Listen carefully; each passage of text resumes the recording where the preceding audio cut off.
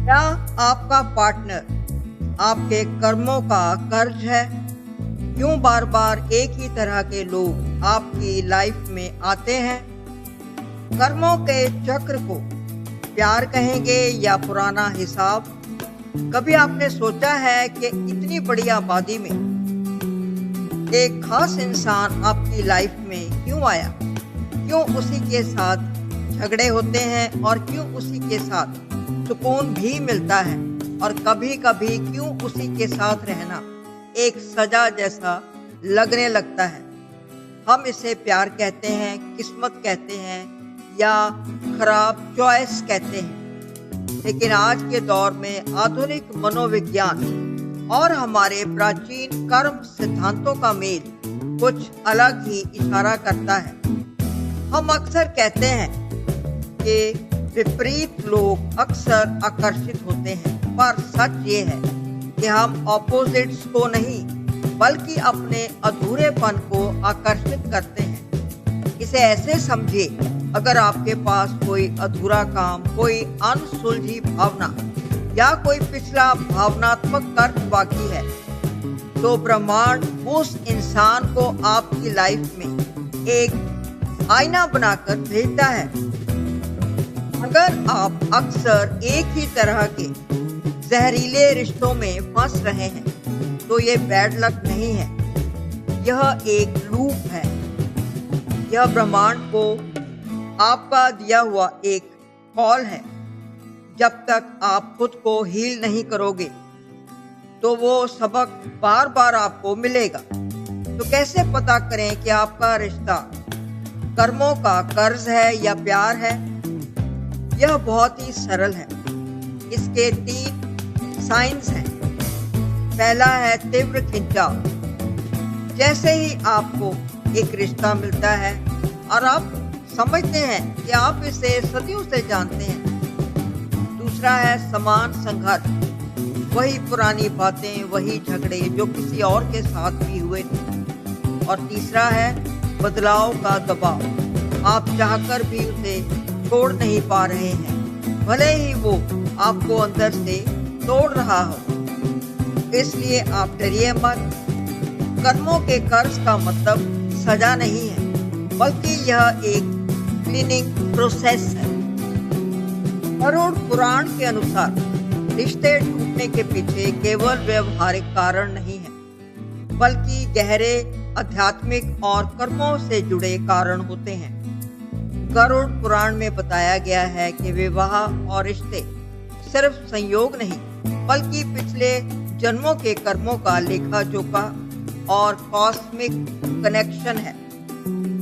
गरुड़ पुराण में रिश्ते टूटने के छुपे हुए कई कारण दिए गए हैं। यदि पिछले जन्म में किसी के साथ अधूरी इच्छाएं या कोई कर्ज रह जाता है, तो इस जन्म में वे लोग एक दूसरे से जुड़ते हैं और जब वह कर्म पूरा हो जाता है तो रिश्ता अपने आप टूट जाता है।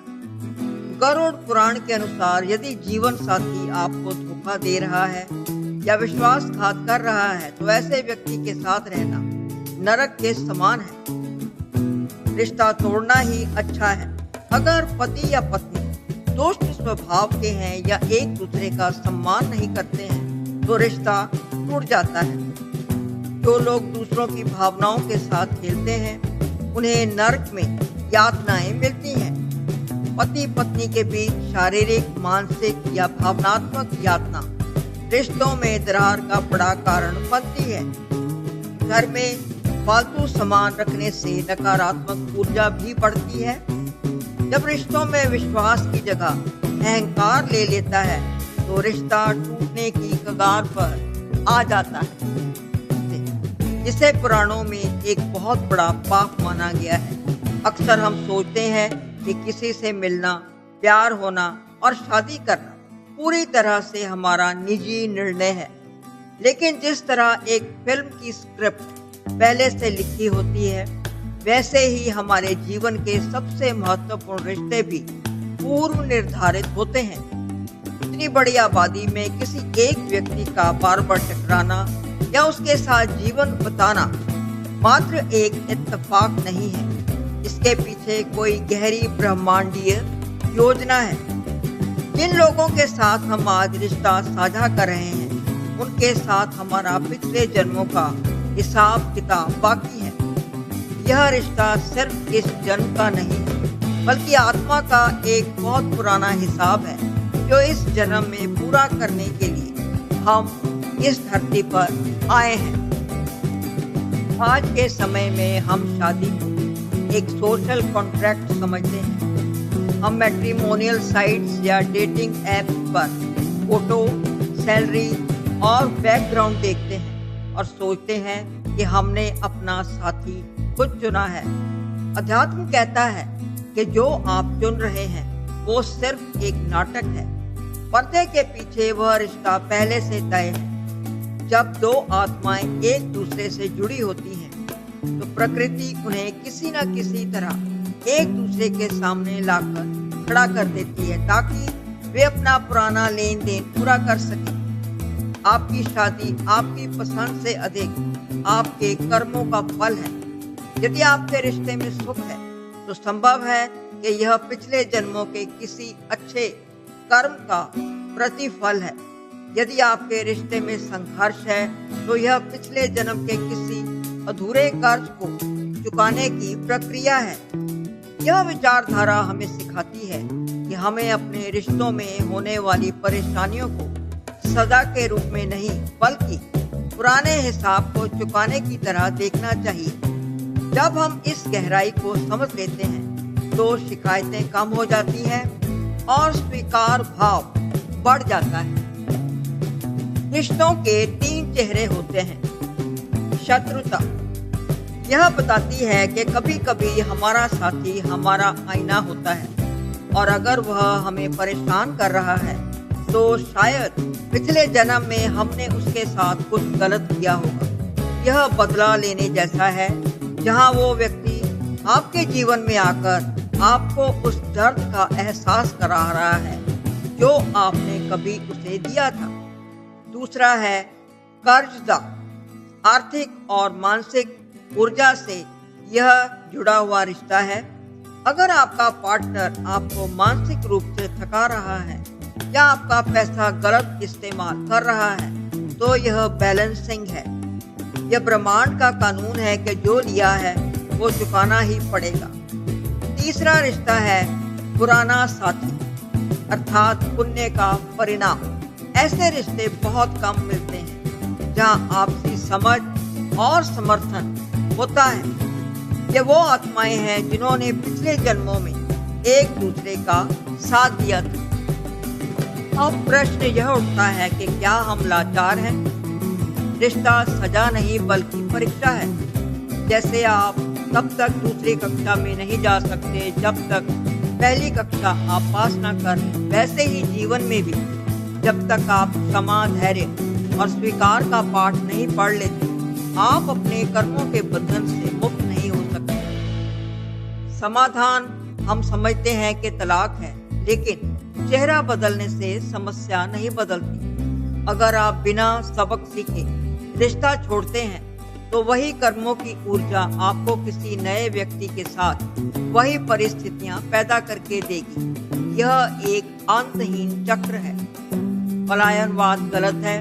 रिश्ता छोड़ना आसान है, लेकिन कर्म का हिसाब अधूरा छोड़ना कठिन है। अपना दृष्टिकोण बदलें। जब आप अपने पार्टनर को दुश्मन की बजाय शिक्षक मान लेते हैं, तो आपका गुस्सा कम हो जाता है। मुक्ति का मार्ग भागने में नहीं, बल्कि सीखने में है। जब आप उस पाठ को सीख लेते हैं, तो वह कार्मिक कर्ज अपने आप समाप्त हो जाता है। चाहे वो व्यक्ति आपके जीवन से चला जाए या सुधर जाए, आप उस चक्र से मुक्त हो जाते हैं। अपने कठिन रिश्तों को सुधारना ही आपके इस जन्म का सबसे बड़ा स्पिरिचुअल मिशन हो सकता है। साक्षी भाव का अर्थ है दृष्टा बन जाना। इसका मतलब यह है कि जब हम रिएक्ट करते हैं, तो हम अपनी भावनाओं के गुलाम होते हैं। लेकिन जब आप साक्षी भाव में आते हैं, तो आप खुद को और अपने पार्टनर को एक ऊंचे ऊंचे स्तर से देख रहे होते हैं। जब आपका पार्टनर आप पर चिल्लाता है, आप शांत रहते हैं और सामने वाले की ऊर्जा का प्रभाव आप पर नहीं पड़ता। यह वैसा ही है जैसे बारिश में भीगने की बजाय आप छतरी लेकर खड़े हों। आप लड़ाई में शामिल होने की बजाय लड़ाई को देख रहे होते हैं, जिससे झगड़ा आगे बढ़ नहीं पाता। रिश्तों में माफ करना और आजाद करना एक बहुत महत्वपूर्ण फैसला है। माफी का मतलब यह नहीं कि आप गलत को सही कह रहे हैं। माफी का मतलब है मैं अब इस दर्द को अपने अंदर और नहीं ढोना चाहता।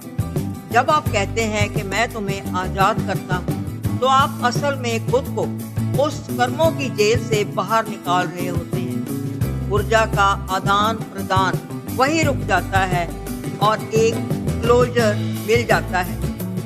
शादी आग का दरिया भी है और तपस्या भी है।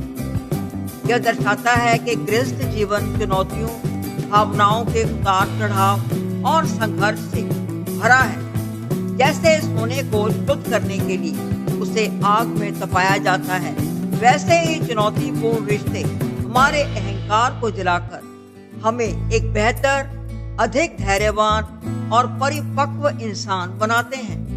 आप उस अनुभव से सोने की तरह मूल्यवान और शुद्ध होकर निकलते हैं। आप अपनी परिस्थितियों के शिकार नहीं हैं, बल्कि आप अपने कर्मों के मालिक हैं। आप इसे बदल सकते हैं। रिएक्शन एक प्रतिक्रिया है जो आग में घी डालती है। साक्षी भाव से शांत रहना एक अनुक्रिया है जो आग को बुझा देती है। प्रकृति का नियम क्षमा भाव है। प्रकृति उस रिश्ते के तनाव को कम कर देती है। यह ब्रह्मांड का कानून है, जैसा आप दोगे वैसा ही पाओगे। अगर आप नफरत देंगे तो नफरत ही मिलेगी। अगर आप शांति और माफी देंगे तो शांति वापस आ जाएगी। आप अपने रिश्तों को केवल एक सामाजिक बंधन की तरह नहीं, बल्कि अपनी आत्मा की शुद्धि के एक माध्यम की तरह देखेंगे। यही कारण है आजकल लोग अपने जटिल रिश्तों के लिए कई सटीक समाधान ढूंढ रहे हैं। साथियों, जिस दिन आप अपने पार्टनर से लड़ना बंद करके ये सोचना शुरू करेंगे कि ये इंसान मुझे क्या सिखाने आया है, उस दिन लड़ाई स्वयं ही खत्म हो जाएगी। इसलिए आप अपने पार्टनर के लिए नफरत नहीं, क्षमा का एक गीत बोइए। मन ही मन कहिए कि मैं तुझे आजाद करता हूँ, और खुद को भी याद रखिए कि यह किसी का कर्ज चुकाने नहीं, बल्कि खुद का बेहतर वर्जन बनने का एक सुंदर तरीका है। कमेंट में हमें बताएं, क्या आपको भी ऐसा लगता है कि कुछ लोग आपकी लाइफ में सिर्फ आपको कुछ शिक्षा देने के लिए आए थे? हमारी इस वीडियो को शेयर करें, शायद आपकी बात किसी के कर्मों का चक्र तोड़ दे। तो मिलते हैं अगले वीडियो में। तब तक अपने कर्मों को सुलझाइए और खुश रहिए। नारायण नारायण।